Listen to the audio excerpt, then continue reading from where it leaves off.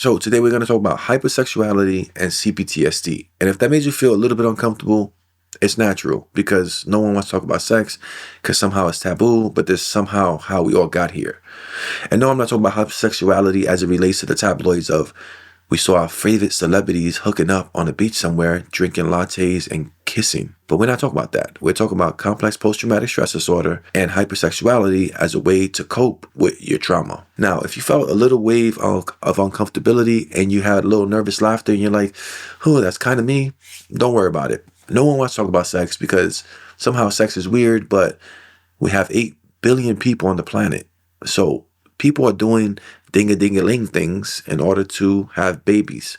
We just didn't come out of thin air. And if we did, someone let me know how we're doing that so I can get rich and become the next Elon Musk of creating babies without sex. That shit was crazy cringe. But I'm going to keep it anyway because I specialize in cringe. So relax, because a lot of people with CPTSD, they also experience hypersexuality at one point. 90%. I'm just going to make up that number, but it's a lot of us. When you grow up with complex trauma, say emotional neglect, chronic abuse, abandonment, or feeling unsafe in your own home, your nervous system becomes wired for survival. It's always ready to scan for danger, even when there is no danger. Fight, flight, freeze, or fawn are like your personality traits, but they're just trauma responses. So you know the drill.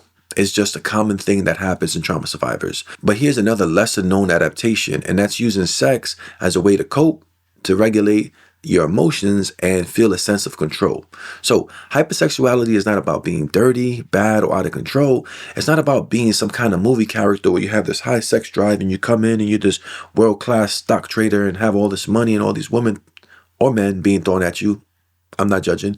It's about your nervous system hijacking your sense of intimacy and trying to solve a problem with a survival mentality or a trauma response. So if you think about it like this, it's your brain who's like a coworker who's always saying, if you have a problem, use duct tape.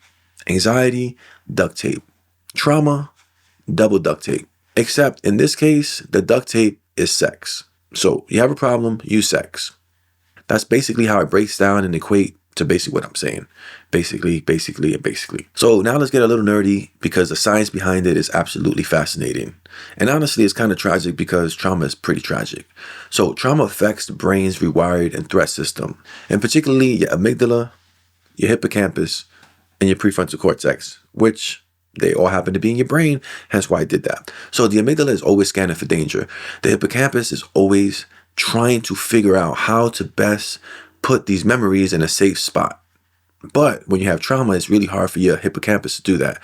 And the prefrontal cortex, well, that's the part of your brain that goes, hey, bro, it's probably not a good idea to text your ex that you haven't spoke to in 2 years at 2 a.m. after you just came back from the bar.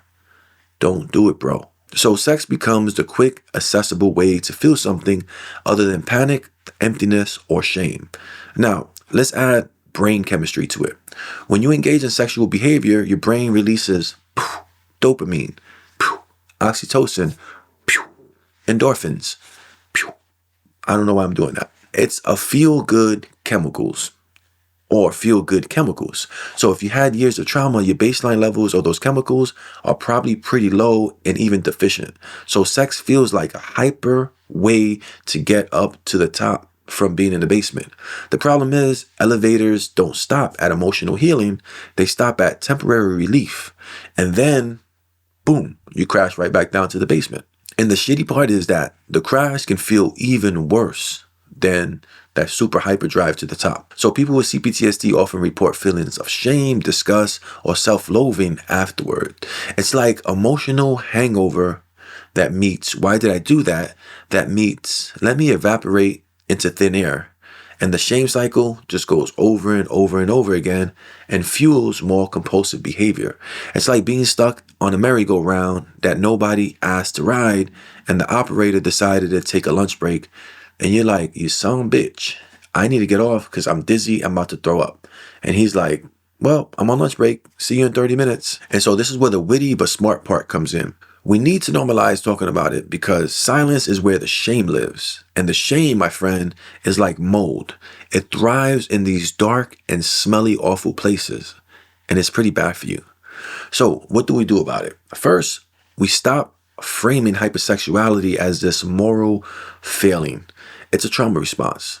It doesn't mean that it's healthy, but it does mean that it makes sense and you have a language for it. The same nervous system that once helped you survive in the extremely unsafe conditions is now just applying the wrong strategy to your adult life. Recovery starts with awareness, being able to say, I'm okay at noticing these urges, but instead of shaming myself, I'm going to get curious. What am I really craving right now?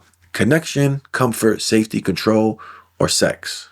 As a way to soothe all of that stuff. So sometimes what looks like sexual needs is actually an emotional one dressed up in disguise. Like me putting on a wig and saying, hey, I'm a cute baby girl. And you're like, bro, you a big 45-year-old man, 230 pounds.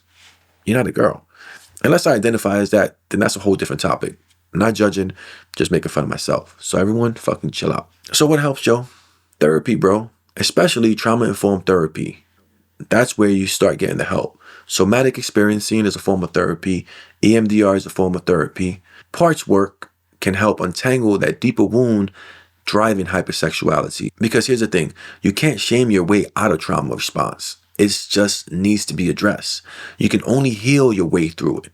And shaming is not going to do that for you. And the most important thing is boundaries. That is the key. Creating a space between the urge and the action is like installing a bumper on your brain.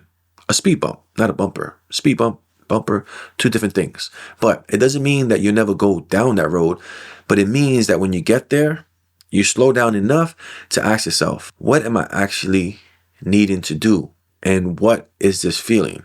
Is it sexual or is it distress, guilt, shame, trauma response, emotional dysregulation? Boom, you go over the bump. And hopefully you address it in the correct way. What do I need to do to make this stop? Also, let's not forget, sexuality itself is not the enemy. Sexuality is human, healthy, and beautiful when it's grounded in consent, connection, and free choice, and not a trauma response. Hypersexuality is just sexuality wearing the wrong outfit. Like showing up to a wedding in a dinosaur costume. It's cute, you're still lovable, you're still human, but it's inappropriate because you're the best man and he's supposed to be wearing a tuxedo. What is that? Not a dinosaur costume. So if you're listening to this and be like, yeah, that's me, you kind of describe everything about me. Well, here's the thing. Most of us with CPTSD at some point in our life, we felt this way. So there's no need to shame. There's no need to feel alone because that just fuels the shame cycle. Hypersexuality, it doesn't define you. It's simply a signal that your nervous system is asking, heal, safety, connection. That's how your nervous system talks, like this. And if someone tries to judge you, remember that most people are secretly a little weird themselves. They just don't admit it. And they're not brave enough to name it and struggle out loud to try to help themselves. So laugh at it when you can, learn from it when you can, and never forget that healing is not about becoming perfect. It's about becoming more of your fullest self without the need of the survival strategy that's running the show on the wrong program. And that, my friend, is way sexier than anything hypersexuality ever promised. But what's more sexier is liking, subscribing, commenting, because I have needs too, and I want to be loved. So do it.